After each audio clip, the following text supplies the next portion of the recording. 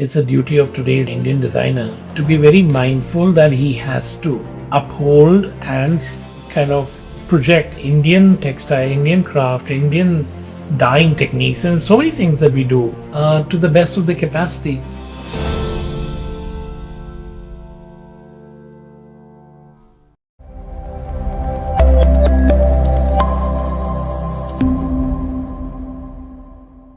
There's been a massive change in India.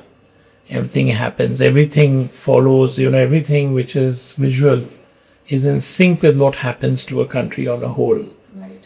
And if you look at the way India has progressed, especially in the last 10 to 12 years, it's been a phenomenal growth. And that has in turn, reflected in people's preferences and also their spending power and how they want to celebrate. So there's a buoyant mood. And when that happens, obviously, any socio-economic effect of a country affects creativity as well, because we are supposed to project that. But that aside, what one has seen in India over the last 3.5 decades, purely from the way fashion has evolved, have been phenomenal. This is especially true in the case, actually, the oft-ignored question is on men. And you'd be surprised that the real evolution, I feel, has happened in men. Because when they used to get married about, say, 35, 40 years back, the standard was a three-piece suit. They used to go to a store, buy some fabric, get a nice suit made, get married in it. Today, they're into, such finery that even the brides could feel rivaled.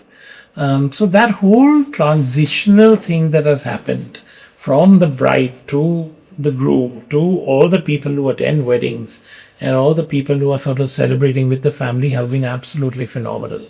And now with the advent of the internet and Instagram, where the world has shrunk, it's become literally, you can fit it in the palm of your hand, literally. People are better traveled, they are more educated, they are more in sync with who they are, what they want to be. So all these factors put together a sort of, they send out an energy which affects design and its changes. We are intrinsically a country of maximalists. India, if you look at it. Look at our architecture, the authentic architecture, right. Our foods, our festivals. There is nothing minimal about India. And that expression carries through in Indian clothes and Indian weddings. We believe in our weaves and our embroideries and loads of sort of shimmer to kind of make a statement.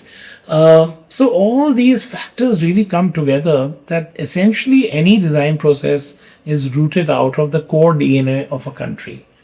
And from that, then it is further affected by the socio-economic sort of norms happening around it. And in our case, in India, well, we've been on a roll. It's been absolutely positive. It's a growing economy, a growing country, a happier lot of people, and that immediately reflects in the clothes. And in an intimate ceremony or something that is larger than life, obviously impacts what you wear.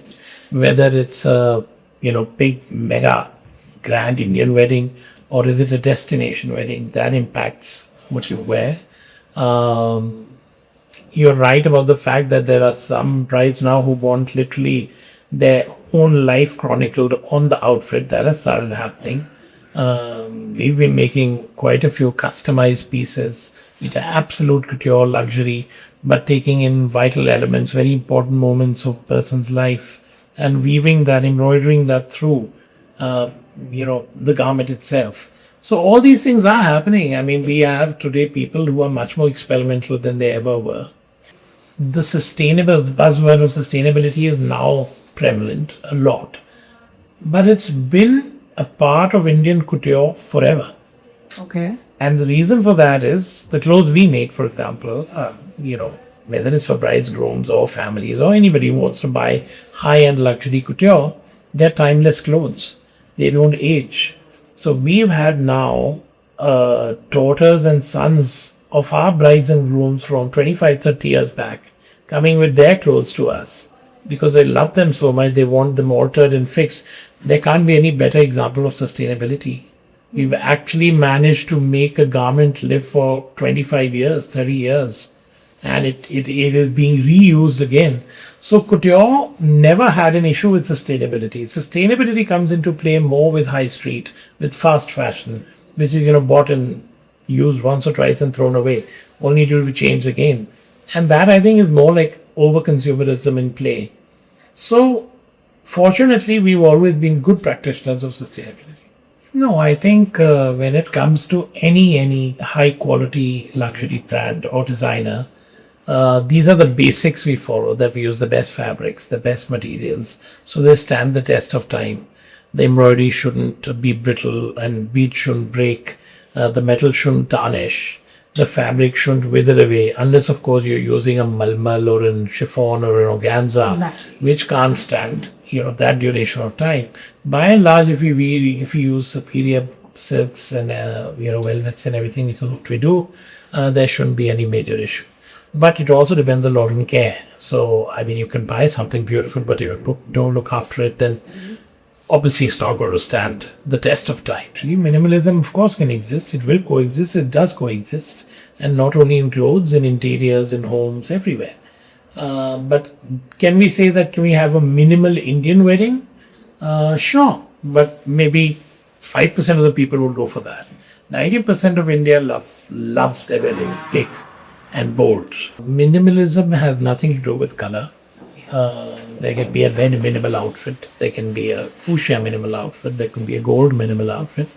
It's more to do with what you put on it and, in terms of embellishment.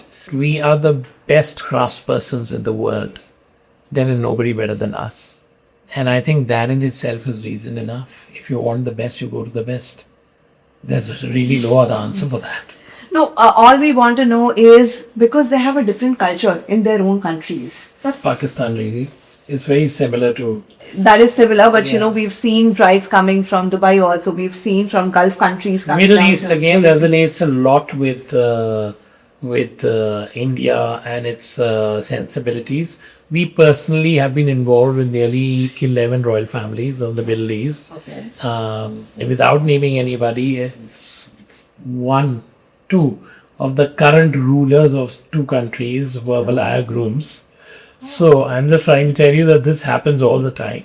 This is not something which is unheard of, because the culture similarity, it runs right through. If you look at the spice route, the cultures are very similar.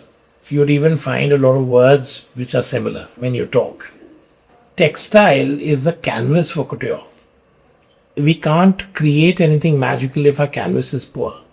And India has a huge legacy of weaves. And I think if we can't exploit them, it'll be sinful on our part only. So I feel that morally, it's a duty of today's designer, Indian designer, to be very mindful that he has to uphold and kind of, project Indian textile, Indian craft, Indian dyeing techniques, and so many things that we do to the best of the capacities. So, which is why you'll find a lot of people today also using Banarsi saris to create dresses, or using, I'm not talking only lehengas and saris now, because that's a usual suspect. Exactly. That's where it always gets used. Right. But now Indian fabric is being discovered in a completely new light, and moving it into a realm of non-Indian silos and Western this thing. So I think that's great. That means there's an universality of it which is sinking in. But of course, Indian fashion will always celebrate Indian fabrics. Yes, some of them are getting mechanized. The hand weavers are now finding competition in power looms and all. But that's okay. There's room for everybody. If you do ultra luxury, we'll only go with, handmade fabrics. But if you get into a slightly mid-level sort of segment, then you'll be looking at going with power loom fabrics and all. And also imports. So that happens all the time.